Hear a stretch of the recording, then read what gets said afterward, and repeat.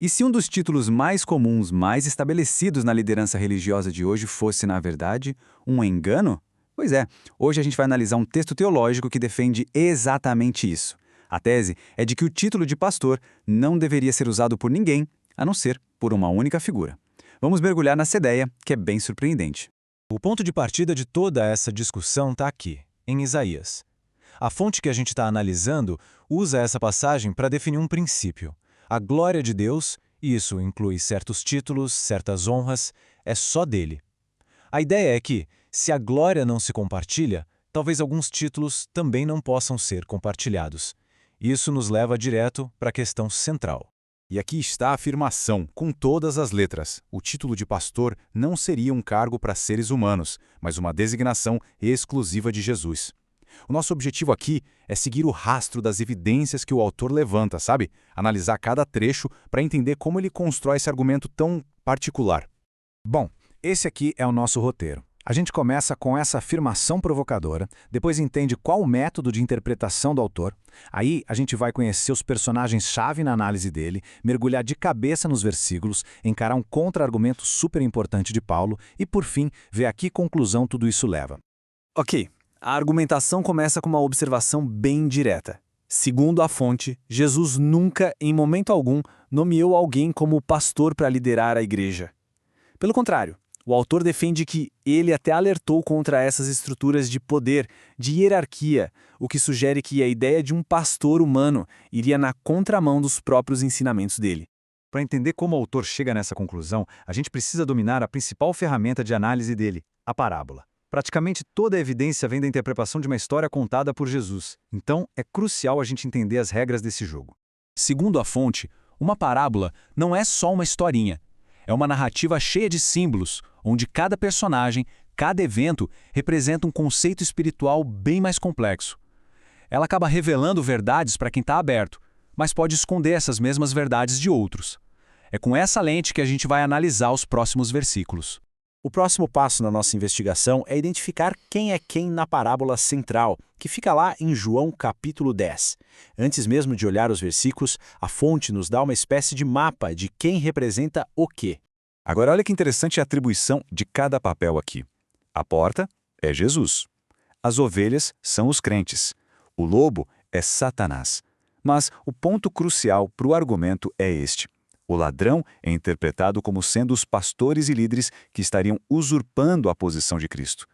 Com esses papéis em mente, a análise dos versículos ganha um contexto completamente novo. Agora sim, a gente entra no coração do argumento. A fonte vai construir o caso dela com uma precisão quase de detetive, sabe? Focando em palavrinhas que a gente talvez nem notasse, artigos, pronomes, para tentar provar que o texto aponta para um pastor único, exclusivo. A primeira pista textual está aqui. A fonte pede para a gente olhar com muita atenção para a frase "é o pastor das ovelhas". Parece simples, né? Mas o autor argumenta que a chave de todo o mistério está escondida numa palavrinha de uma letra só. Então, o ponto central é esse.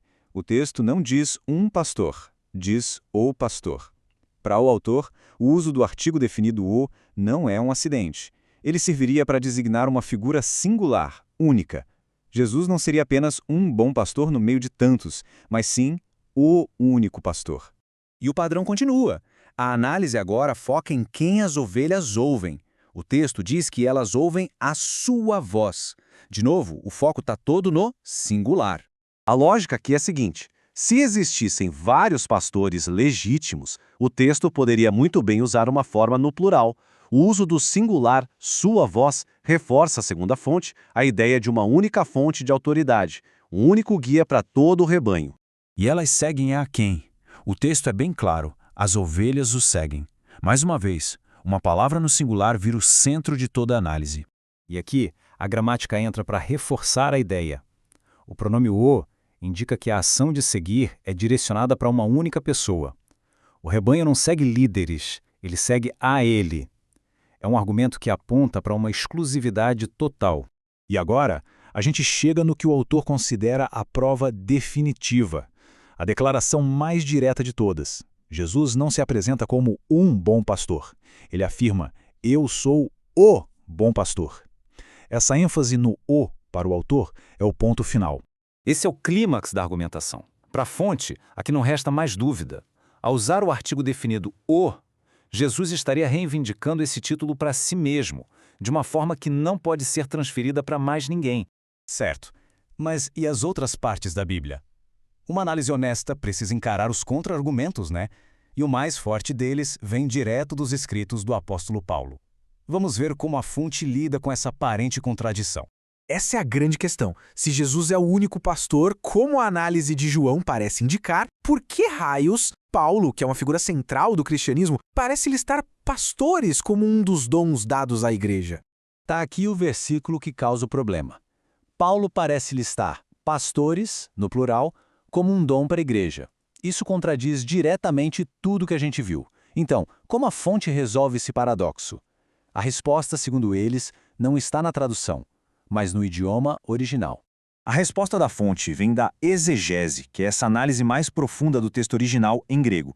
O argumento é que, no contexto de Paulo, a palavra pastor descreve uma função, uma ação, o ato de cuidar, de guiar, e não um título oficial exclusivo, como aquele que Jesus reivindica para si no Evangelho de João. Pensa na diferença entre ter o dom de ensinar e carregar o título de o professor.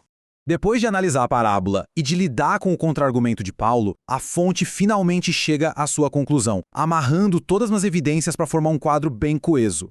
E essa é a visão final que, para o autor, fecha todas as pontas. Jesus descreve um futuro com um rebanho e um pastor. Singular, bem explícito. Essa declaração não seria só uma promessa, mas a confirmação de uma igreja unida debaixo de uma liderança única e exclusiva, a de Cristo. No fim das contas, independentemente de se concordar ou não com essa interpretação, o exercício em si já é poderoso. Ele nos força a questionar algo que muitos tomam como certo, e isso nos deixa com uma pergunta importante.